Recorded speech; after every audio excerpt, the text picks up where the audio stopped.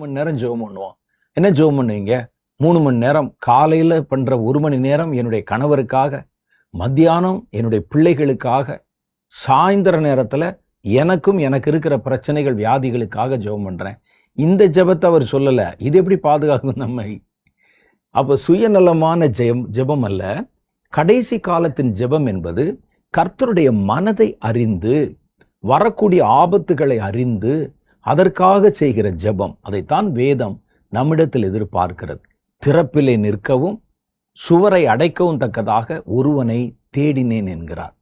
அப்ப அப்படிப்பட்ட ஜெபம் தான். நீங்க 6 மணி நேரம் பண்ணி அதை முழுசு உங்க பிரச்சனைக்காகவே சொல்லி ஜெபம் பண்ண அந்த ஜெபத்தை கணக்கில் சொல்லல அவர். இது தேசத்துல வருகிற பயங்கரங்கள், கடைசி காலத்துல நடக்கிற காரியங்கள் போன்றவைகளுக்காக செய்யும் ஜெபத்தை சொல்லுகிறது. அப்ப இதனால நமக்கு கடைசி காலத்துல ஜெபம் என்பது அவசியமான ஒன்று. அத்தியாவசியமா நம்ம கரெக்டா கண்டிப்பா நம்ம ஜெபம் பண்ணணும். ஜெபம் பண்ணுவது பாருங்கள் ரொம்ப சுலபம், வேற ஒரு கஷ்டம் இல்லை. நீங்க உட்கார்ந்து மனபாரத்தோட கர்த்தருடைய மனதை விளங்கி கொண்டு ஜெபிக்க ஆரம்பித்தால் உங்கள் பலவீனத்துல உதவி செய்கிற ஆவியானவர் உங்களை டேக் ஓவர் பண்ணிக்கிறார். அவர் உங்களுக்குள்ள இருந்து ஜெபம் பண்ண ஆரம்பிச்சுறாரு. நீங்க உங்க சரீரத்தை கொடுத்தா போதும், உங்களுடைய நேரத்தை கொடுத்தா போதும், நீங்க முழங்கால் போட்டா போதும். அது ஒரு பெரிய கஷ்டமா? இதுல பாருங்க, நமக்கு கர்த்தர் வரும்போது அவர் முன்னால நிற்கக்கூடிய ஆயத்தம் உங்களுக்கு கிடைக்குது. உங்கள் விளக்கு அந்த புத்தியுள்ள கன்னிகளுடைய விளக்கு போல எப்பவும் பிரகாசித்து கொண்டே இருக்கிறது. ஜெபம்தான் அந்த எண்ணெய். ஜெபம் குறைஞ்சா எண்ணம் குறைஞ்சிரும். அப்ப இதுக்குதான் விழித்திருந்து ஜெபம் பண்ணுவது. அப்ப இதற்காகத்தான் இனி வருகிற நாட்கள்ல நம்ம எதற்கெல்லாம் ஜெபம் பண்ணணும் என்பதை அறிந்து கொண்டு ஜெபம் பண்ண போறோம். இது ஒண்ணு. 2வது, கர்த்தருக்கு முன்னால நிக்கிற ஆயத்தத்தை அடைகிறோம். அது நம்ம பார்த்துட்டோம். சாதாரண மனிதர்கள் கர்த்தருடைய வருகை சமயத்துல அவருக்கு முன்னால நிற்க முடியாது. ஏன்னா கர்த்தர் இயேசு, நம்ம இதுவரைக்கும் பார்த்த இயேசு, உலகத்திலே வாழ்ந்த போது இருந்த இயேசு வேற, உயிர்த்து பரத்துக்கு போய் முழு அதிகாரம் பெற்றவராக திரும்பி வருகிற இயேசு வேற. அவரு முன்னால நிக்கிறதுங்கிறது ரொம்ப கடினமான ஒரு காரியம். முழு வல்லமையோட அவருடைய வல்லமையை பார்த்தோம். அது ஒரே பேரான பிதாவினுடைய வல்லமைக்கு ஒப்பாக இருந்ததுன்னு சொல்றாங்க. அப்ப பிதாவினுடைய வல்லமை போன்ற வல்லமையோட இயேசு வரும்போது உலக மனிதர்கள் யார் அவருக்கு முன்னால் நிற்க முடியாது. வெளிப்படுத்தின விசேஷம் 6வது அதிகாரம் 19, 15-17 வரைக்கும் சொல்லுது. பூமியின் ராஜாக்களும் பெரியோர்களும் ஐஸ்வர்யவான்களும் சேனை தலைவர்களும் பலவான்களும் அடிமைகள் யாவரும் சுயாதீனர் யாவரும் பர்வதங்களிலும் குகைகளிலும் கண்மலைகளிலும் ஒளித்து கொண்டு, இந்த பயங்கரத்தை பார்க்க முடியல கண்ணால, பர்வதங்களையும் கண்மலைகளை நோக்கி, நீங்கள் என்மேல் விழுந்து எங்கள் மேல் விழுந்து எங்களை மறைத்துக் கொள்ளுங்கள். சிங்காசனத்தின் மேல் வீற்றிருக்கிறவருடைய முகத்திற்கும் ஆட்டுக்குட்டியானுடைய கோபத்திற்கும் எங்களை மறைத்துக் கொள்ளுங்க. நிக்க முடியல அவருக்கு முன்னால. அவருடைய கோப முகத்தை பார்க்க முடியல. அவர் கோபத்தை எதிர்கொள்ள முடியல எங்களால. எங்களை மூடிக்குங்க, மறைச்சுக்குங்க. அவருடைய கோபாக்கினின் மகா நாள் வந்து விட்டது. யார் நிலை நிற்கக்கூடும் என்றார்கள். அவருக்கு முன்னால யார் நிலை நிற்கக்கூடும்? இதுதான் உலக மக்களுடைய கேள்வியா இருக்கும். இனிமே கர்த்தருடைய வருகை வரும்போது யார் நிலை நிற்க முடியும்னு கேட்பாங்க. யார் நிலை நிற்க முடியும்னு கேள்வி அவங்ககிட்ட இருக்கு. பதில் வேதத்தில் இருக்கு. யார் நிற்க முடியும் தெரியுமா? விழித்திருந்து ஜெபித்தவன்.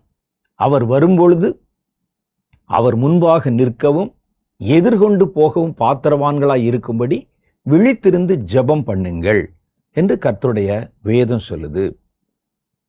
அடுத்து நம்ம எதற்காக ஜெபம் பண்ணணும் அப்படின்னு நீங்க பார்த்தீங்கன்னா, இனி வருகிற கோபாக்கினையின் நாட்கள் ஒரு பஞ்ச காலமா இருக்கலாம், ஒரு யுத்த காலமா இருக்கலாம். மனிதர்கள் கொத்து கொத்தாய் மறிக்கத்தக்கதாக ஒன்று மாற்றி ஒன்று இயற்கையினுடைய சீற்றங்கள் உண்டாகலாம். இப்பதான் ஒண்ணு நடந்து சொல்லுவோம், அதுக்கு வாய மூடுற கூட அடுத்து நடந்துடலாம். இவைகளெல்லாம் பார்க்கும்போது பயங்கரமான இந்த நாட்கள் நீடித்து கொண்டே போகுதே. மழைன்னு ஆரம்பிச்சு விடாம பெஞ்சுக்கிட்டே இருக்குதே. உபத்திரம்னு ஆரம்பிச்சு விடாம பெஞ்சுக்கிட்டே இருக்குதே. யுத்தம்னு ஆரம்பிச்சிச்சு, சத்தம் ஓயவே இல்லையே. அப்ப இந்த காலங்கள் இருக்கு பாருங்க, இந்த உபத்திரவங்கள் வருகிற காலங்கள், அந்த காலங்கள் ஜெபிக்கிறவங்களால மாத்திரம்தான் குறைக்கப்பட முடியும். கர்த்தர் இந்த 6 மாச காலம் அப்படின்னு நியமிச்சிருந்தா, ஜெபிக்கிறவங்க எழும்பி ஜெபம் பண்ணா அதை கர்த்தர் 4 மாசமாகவோ 3 மாதமாகவோ குறைப்பதற்கு வாய்ப்பு இருக்கு. இது வேதம் சொல்லுது நமக்கு. இது ஜெபிக்கிறவங்க தவிர வேற எவனும் மாற்ற முடியாது.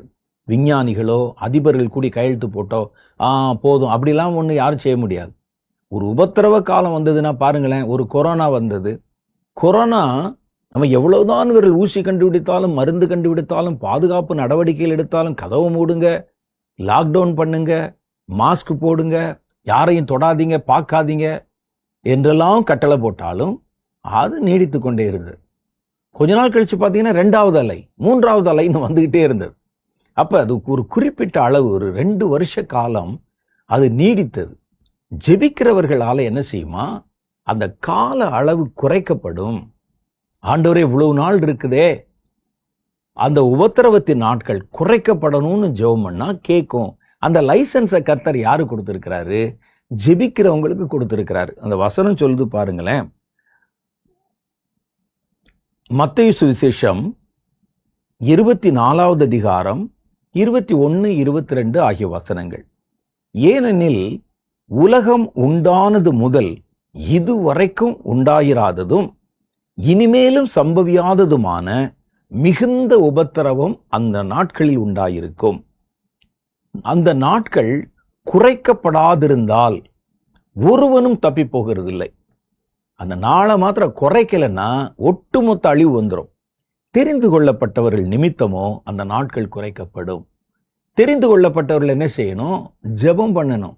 தெரிந்து கொள்ளப்பட்ட சும்மா இருந்தாலும் குறைக்கப்படாது, கேட்கணும். அது அந்த இடத்துல அதை மறைத்து சொல்லி இருக்கிறாங்க. தெரிந்து கொள்ளப்பட்டவர்கள் கிரியை செஞ்சா, ஜெபம் பண்ணா அந்த நாட்களுடைய எண்ணிக்கை, அந்த டியூரேஷன் குறைக்கப்படும். அப்ப பாத்தீங்களா, இப்ப ஜெபம் பண்றதுல எவ்வளவு விஷயம் இருக்குதுன்னு யோசிச்சு பாருங்க. அப்ப இதனால தான் நம்ம என்ன செய்ய போறோம்? ஜெபம் பண்ண போறோம். சும்மா ஒரு டெம்ப்ளேட் ஜெபம் அல்ல. ஜெபம் சொன்ன உடனே ஜெபத்துல நமக்கு தெரிந்த மாதிரியான ஜெபங்கள் இருக்கிறது, அதை வச்சு ஜெபம் பண்றது இல்லை. இப்போ என்ன நடக்குது? இது நாட்கள் குறைக்கப்படுவதற்கு ஜெபம் பண்ணணுமா? சபை ஆயத்தப்படுவதற்கு ஜெபம் பண்ணணுமா? என்ன பிரச்சனை வருது? அந்த பிரச்சனை குறித்து கர்த்தருடைய மனசுல என்ன இருக்குது? இதெல்லாம் அறிஞ்சு நம்ம ஜெபம் பண்ணணும்.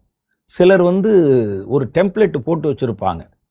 அதுல முதல்ல இவ்வளவு நேரம் இப்படி ஜெபம் பண்ணணும், எதுக்கு ஜெபம் பண்ணணும் அப்படின்னு போட்டு வச்சிருப்பாங்க. தப்பு இல்லை. ஆனால் இந்த ஜெபம் கடைசி காலத்துல பத்தாது. இந்த ஜெபம் அல்ல, நான் சொல்ல வர்றது வேற ஜெபம். இதுல பாருங்க, இனி வருகிற நாட்கள் ஜெபம் பண்ண வேண்டிய காலங்கள். இந்த ஜெபம் பண்ணுகிறவர்கள் எப்படி இருக்கணும்னு நம்ம ஏற்கனவே பார்த்துட்டோம். பின்னால வரக்கூடிய செய்திகளையும் அப்பப்போ நான் சில காரியங்களை உங்களுக்கு சொல்லிக்கொண்டே வருவேன். இன்னைக்கு நம்ம பார்க்க போறது என்னன்னா, தீர்க்க தரிசன ஜெபங்கள். ஜெபத்துல பல வகை ஜெபங்கள் இருக்கிறது. உங்களுக்கு தெரியாதது இல்லை. ஜெபத்துல பல வகைகள் இருக்கிறது. அதுல நிறைய சொல்லுவாங்க. நம்ம சில